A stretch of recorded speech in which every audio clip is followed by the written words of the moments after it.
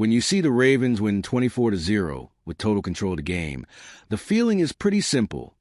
That was a clean, solid performance. Exactly how a strong team is supposed to play. Now hold on to that for a second. Because even with all of that, Lamar Jackson ended up with a low grade, like he barely did anything, like he wasn't a key part of that win. Something doesn't add up, and you can feel it right away. And that's exactly where the story gets interesting. Because when you slow it down and really look at the game, the decisions, the context, and what was actually asked of the quarterback that Sunday, that grade starts to feel unfair, disconnected from reality. Stick with me until the end. Because when all the pieces come together, it becomes clear why Lamar Jackson simply doesn't deserve this.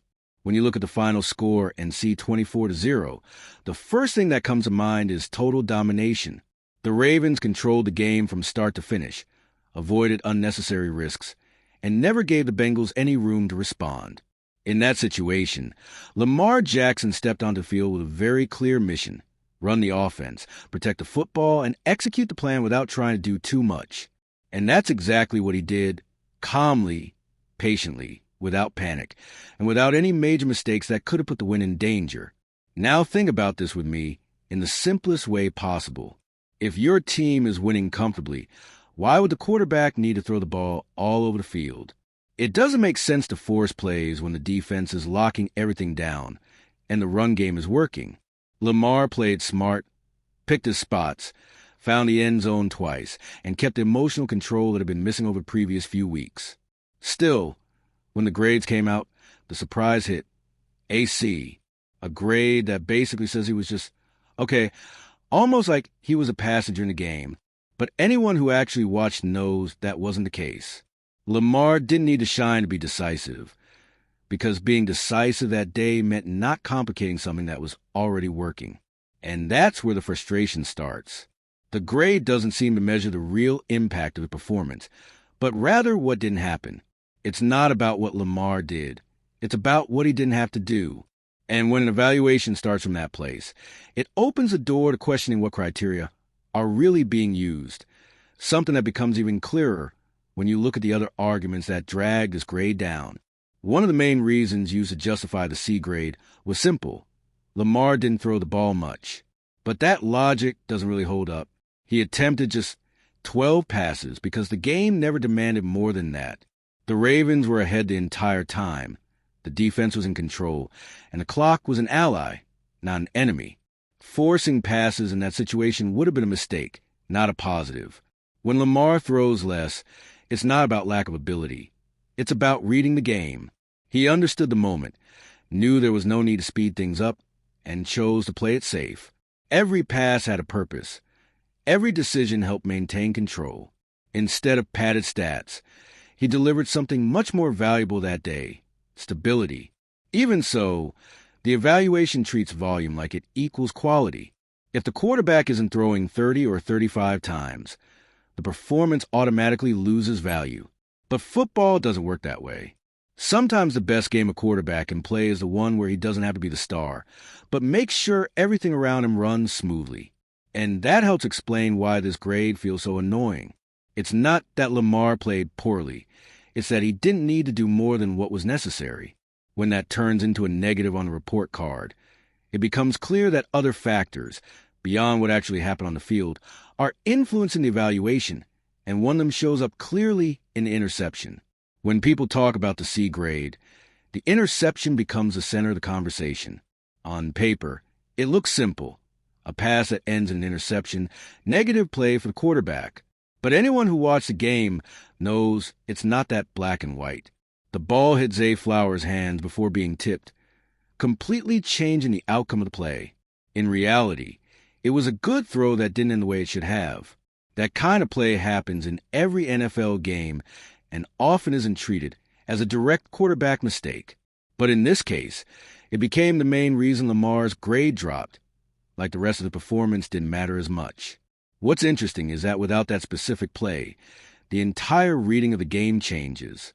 Lamar would have finished with 2 touchdowns, 0 interceptions, and a clean performance within the game plan. That likely would have opened the door for more pass attempts in the second half, which would have changed the statistical impact of performance too. And that's exactly why the criticism feels overblown. One isolated play ended up speaking louder than the full 4 quarters. When an evaluation ignores everything that happened throughout the game just to focus on one moment, it starts to lose credibility, especially once other comparisons enter the conversation. All right, we're already past the halfway point of this video, but before we continue, I noticed you haven't left a like yet.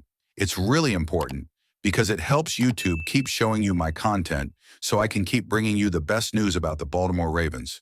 So go ahead and hit that like button. It's free and it really helps. Thanks. Now let's get back to it. The frustration grows even more when Lamar is compared to other quarterbacks from the same week. Jalen Hurts, for example, also won by shutout, also threw the ball sparingly, and also didn't have to carry the offense on his back. Still, he received an A, while Lamar walked away with a C, even though their numbers aren't that far apart.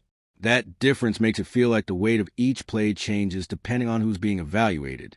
The context is similar. The type of game is similar, but the final judgment is completely different. That creates the sense that Lamar is being held to a stricter standard than other quarterbacks around the league. This isn't about saying Hurts didn't play well. He did what he needed to do, just like Lamar did. The real question is why one gets top praise while the other is treated like he just did his job. When the situations are similar, logic calls for closer valuations, not opposite ends of the scale. That kind of comparison reinforces the idea that the grade isn't just about what happened on that Sunday, but about expectations placed on the player. And when expectations start to matter more than actual execution, the evaluation begins to lose its connection to the game itself. At the end of the day, Lamar's role in that game was clear. Don't make mistakes, stay in control, and secure the win. He didn't need to be spectacular. He needed to be efficient. And that's exactly what he was. The offense worked, the score was built calmly, and the Ravens walked away with one of their most complete wins of the season. The C grade sends a strange message, like Lamar was just a side note in the victory. But the quarterback is the one organizing everything on the field, even when he's not throwing the ball nonstop. Every correct read, every adjustment of the line, and every decision not to force a play help keep the game under control.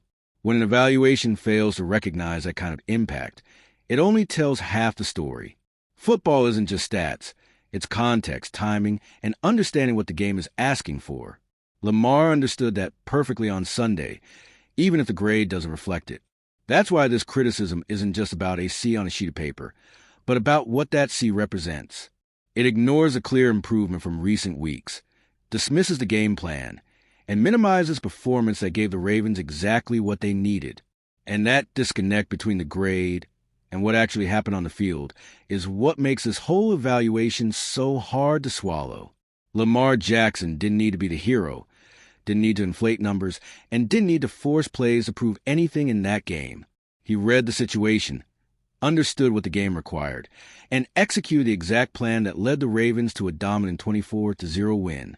When the defense controls everything and the run game is rolling, the quarterback's role changes, and Lamar filled that role with intelligence, efficiency, and maturity, even if that doesn't always show up in a simple grade. In the end, the C grade says more about the criteria being used than about what actually happened on the field. It ignores context, overvalues an interception that doesn't tell the full story, and downplays the quiet but crucial impact of a quarterback who played to win, not to show off. Improving after tough weeks, controlling the game, and walking away with a win should matter more than pass attempts or flashy stats. Now I want to hear from you. After seeing all of this, does that grade make sense to you, or was Lamar Jackson judged unfairly once again? Because if winning the right way at the right time still isn't enough, it becomes clear that Lamar is being evaluated on something far bigger than what happens between the lines. And that debate is far from over. And if you, just like me, are passionate about the world of football and want to learn more about the Ravens' legacy, don't leave this video without sharing it with that friend who is also a Baltimore Ravens fan and will love this content. See those video suggestions on your screen? The first one was handpicked just for you, and the other is a recommendation from YouTube itself.